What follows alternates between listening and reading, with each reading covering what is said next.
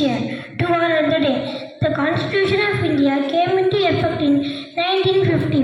It's a significant occasion marked by flag hoisting ceremonies and parades by armed forces and school children held in different parts of the country.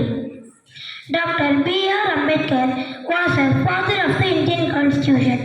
Here are the few words of Dr. Ambedkar. இந்தியாவை சற்று அழகிய மொழியே, அன்னை தமிழே, என் தாய்மொழியான தமிழை வணங்கி அனைவருக்கும் இனிய காலை வணக்கத்தை தெரிவித்துக் கொள்கிறேன். என் பெயர் ரேசஞ்சனா, 6ஆம் வகுப்பு ஆ பிரிவிலிருந்து. பகத்சிங் இந்தியாவின் விடுதலை போராட்ட வீரரும் மாபெரும் புரட்சியாளரும் ஆவார். பகத்சிங் பஞ்சாப் மாநிலத்தில் உள்ள பங்கா எனும் கிராமத்தில் 1907ஆம் ஆண்டு செப்டம்பர் 28ஆம் தேதி பிறந்தார். இவரது தந்தை கிஷன் சிங், தாயார் வித்யாவதி ஆவர்.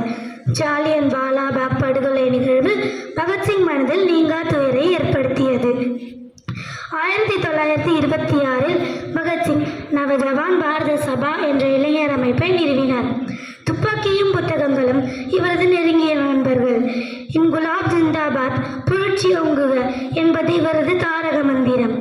ஆங்கிலேயருக்கு எதிராக பகத்சிங் பல முறை அவர்களை தனது ஆதரவாளர்களோடு சேர்ந்து தாக்கியுள்ளார். மாவீரனாக வாழ்ந்து நாட்டிற்காக போராடி மடிந்து போனதால் இவர் சாயது பகத்சிங் என அழைக்கப்படுகிறார். மாவீரன் பகத்சிங் 23 மார்ச் 1931 அன்று ஆங்கில அரசால் தூக்கிலிடப்பட்டார். பகத்சிங் இந்த மண்ணை விட்டு மறைந்தாலும் அவரது வீரம் என்றென்றும் இளைஞர்களுக்கு உத்வேகம் அளிக்கும். அனைவருக்கும் இனிய குடியரசு தினம் வாழ்த்துக்கள். நன்றி. सम्मानीय शिक्षकगण, मेरे प्यारी साथियों नमस्कार। मैं पोचलवन 8वीं कक्षा से।